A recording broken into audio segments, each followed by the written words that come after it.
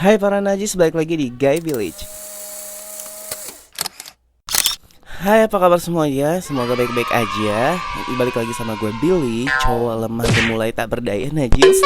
Jadi di video kali ini kebetulan banget ada yang ngirimkan cerita ke gue, cerita pribadi tentunya, tentang dia yang berani buka-bukaan lewat email. Alhamdulillah, makasih banget buat kamu yang namanya katanya minta disamarin aja, dari Fikri. Nah, Fikri ini udah cerita di email gua itu agak lumayan sih, dan ceritanya cukup bikin gue tuh pengen banget ceritain ke kalian. Karena gue juga bukannya sembarang cerita ya, tapi gue udah ini sama bukannya izin, maksudnya dia yang langsung ngirim email ke gue. Jadi buat kalian yang baru gabung, langsung aja like, comment, dan subscribe supaya nggak ketinggalan video-video cerita selanjutnya. Oke? Nah sebelumnya, jadi tuh di video gue ini, di channel ini, cerita yang gue angkat ini itu berdasarkan kisah seseorang yang kayak email, terus kayak cerita ke gue dan boleh di sharing. Dan ada juga karangan semata di beberapa. Jadi jangan kaku ya, jangan terlalu dibawa serius. Dan apa ya, sebenarnya sih gue bukannya nggak kuat mental ya.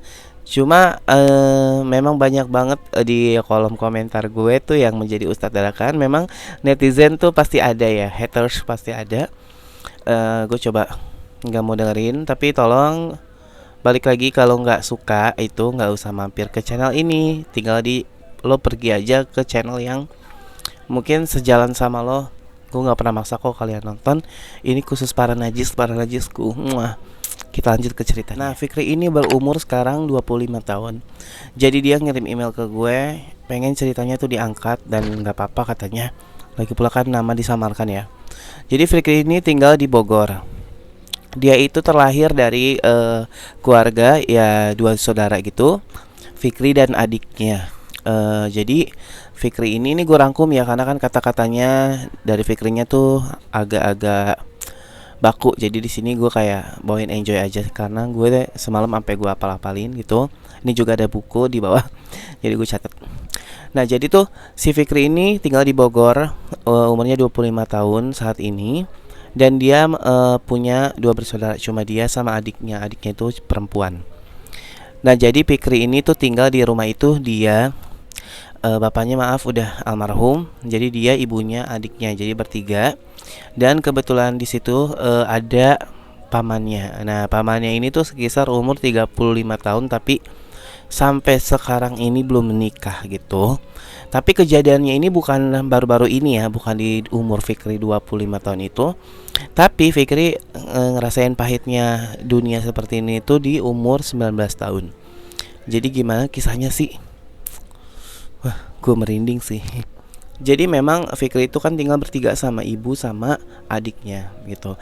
Nah, ada sih saudaranya tuh katanya nggak jauh dari rumah gitu. Mungkin adalah berapa, kalau keluar itu bisa naik angkot kali ya. Jadi lumayan lah, nggak deket nggak jauh.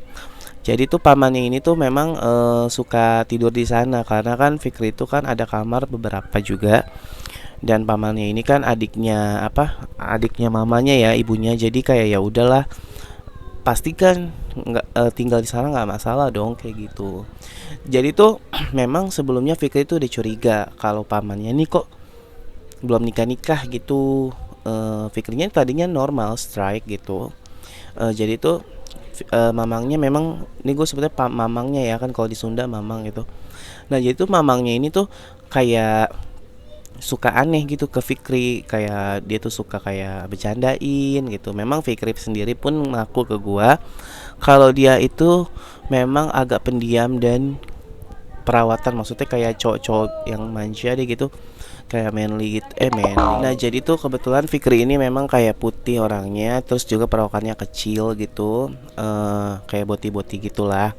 Nah, jadi ini abangnya suka, mamangnya juga suka kayak bercandain gitu, kayak lu kayak cewek lu gitu-gitu deh. Terus sih kadang nyolek-nyolek, kadang meluk-meluk. Dari situ Fikri kayak aneh dong. Maksudnya Fikri sendiri pun walaupun dia kemayu, katanya sih di umur 19 tahun itu dia belum menjadi seperti ini gitu loh. Dan Fikri di situ udah kayak mulai aneh, tapi kadang dia juga ngerasa sih kayak, masa sih gila, masa sih gue suka sama paman gue sendiri kayak gitu loh. Dia sempat aneh karena perawakan mamangnya juga nggak jelek-jelek amat katanya gitu. Nah tapi seiring berjalannya waktu tuh kayak waktu itu ceritanya ibunya sama adiknya ini pergi ke rumah saudaranya kayak ada acara gitu dan harus menginap. Jadi di situ ditinggal Fikri sama mamangnya ini, dan malam ini yang bikin Fikri itu deg-degan. Nah jadi si Fikri bilang waktu pas mamangnya pulang kerja gitu sekitar jam 8 malam. Nah jadi kan ibunya memang menitipkan si Fikri ini ke mamangnya itu kan. Jadi tuh pas malam itu Fikri kebetulan kan izin ke mamangnya, katanya kayak emang aku mau main dulu bentar gitu. Jadi mamangnya pulang jam 8, Fikri cabut tuh main ke teman-temannya gitu. Nah ceritanya pas ada cowok ngejemput ke rumah Fikri itu, temennya juga kayak cong gitu, bencong temennya ya. Dan mamangnya itu kayak ngeliat gitu dari luar, mungkin dari dalam ngeliat ke Fikri. Nah pas Fikri pulang sekitar jam 11 malam, dia nanya, lu mainnya sama homo ya, sama temen-temen bencong ya gitu. Enggak mang, kata siapa? Enggak, gue lihat temen lo kok begitu sih, agak-agak kemayu gitu. Enggak gitu kan. Akhirnya di situ kayak dia tuh ngancem kalau, maksudnya kayak ngancem gini, lu kalau misalkan begitu gue bilang mak lu gitu. Tapi kan di situ Fikri memang ya nggak, gue nggak kayak gitu kok, emang teman gue aja rada-rada begitu. Langsung dia tuh di situ kayak ya udah lo tidur sono gitu. Jadi tuh habis dia bersih-bersih si Fikri, tiba-tiba jadi tuh memang kamarnya emang gak dikunci sama Fikri gitu loh. Tiba-tiba kayak dia tuh nggak dengar ada orang yang buka pintu. Di situ kan secara mereka berdua aja kan. Nah karena dia ngebangun, dia ngomong, "Emang ngapain gitu? Lo punya cesan nggak gitu?" Kan mamang punya. "Enggak, rusak," kata dia gitu. Dia alasannya cesannya rusak. Akhirnya dia ngambil cesan tuh si Fikri. Nah pas dia lagi ngambil cesan gitu, tiba-tiba mamangnya meluk dia, meluk. Terus kayak ngebekap mulut ngomong, "Lo diem aja gitu, nikmatin aja." Di situ dia kaget kayak, "Emang apaan sih gitu kan, lo," dia mamangnya langsung ngomong gini, lo homo kan gitu. "Enggak mang," gitu. "Udah lo diem aja, lo nikmatin aja." Akhirnya di situ Fikri dinodain sama pamannya sendiri. Nah jadi tuh first time si Fikri itu main sama cowok, dan katanya sih sakit banget karena dia posisinya jadi botinya ya. Dan mungkin itu alasan mamangnya kenapa belum nikah, mungkin gitu. Dan Fikri di situ tuh kayak ngerasa memang sih dia ngakuin dirinya kemayu, cuma maaf mungkin di umur 19 tahun itu dia belum matang kali ya menjadi banci, Najils. Jadi kayak dia tuh masih, ya biasalah kayak takut-takutan kali ya kalau newbie gitu baru. Tapi di situ dia kayak ngerasa sedih aja kenapa mamangnya sendiri yang nodain dia kayak gitu, dan dia sampai bilang sampai berdarah kesakitan. Terus kayak beberapa hari itu sakit, emang sakit sih ya pasti ya, sakit gak boti? Yang boti komen di bawah abis main pasti sakit kan, meletup-letup punya lo Najil. Nah jadi tuh kayak dia iya pasti begitu 3 hari berapa hari gitu pasti sakit. Komen di bawah kalau pernah ngalamin, pasti pernah lah kalau boti. Najil sakit.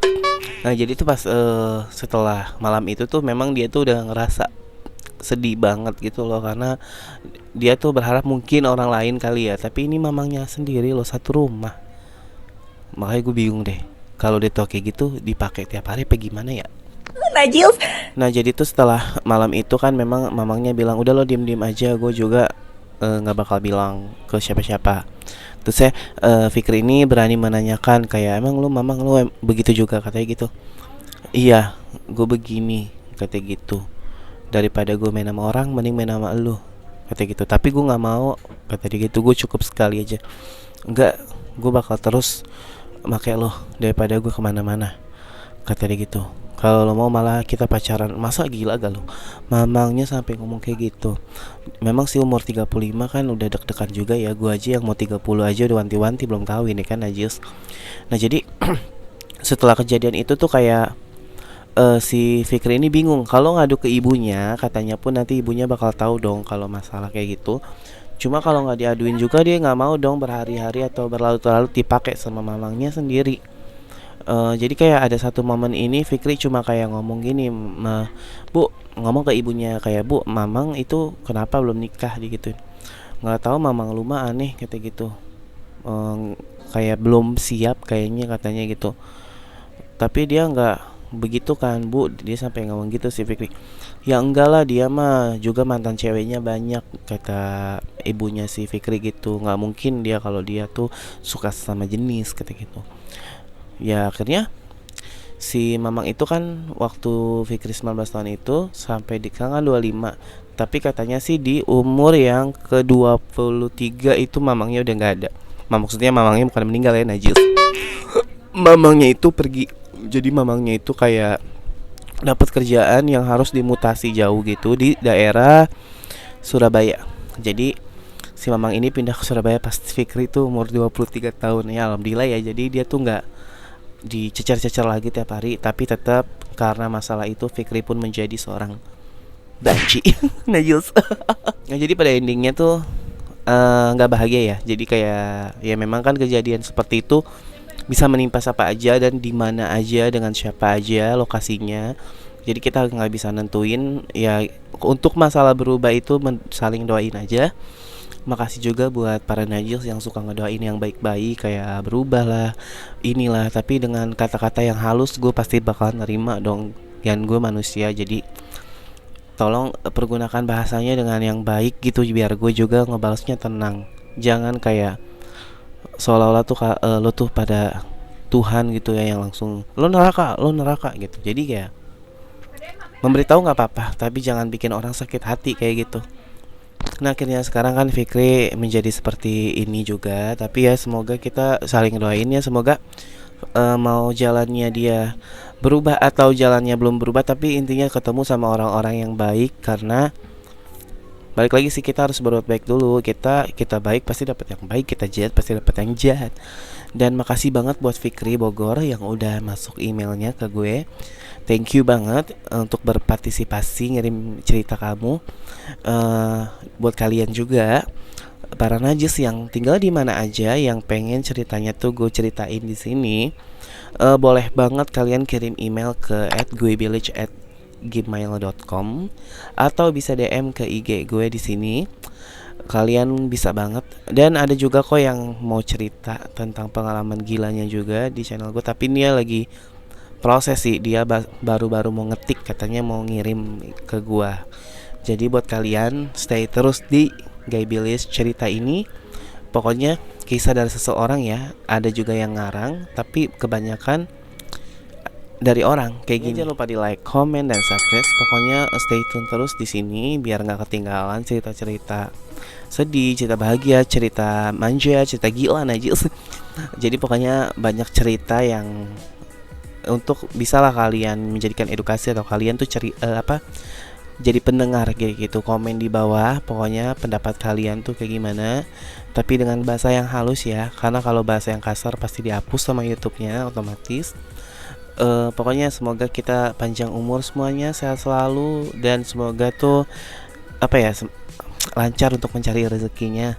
Kalau kayak gitu gue pamit undur diri. Salam najis.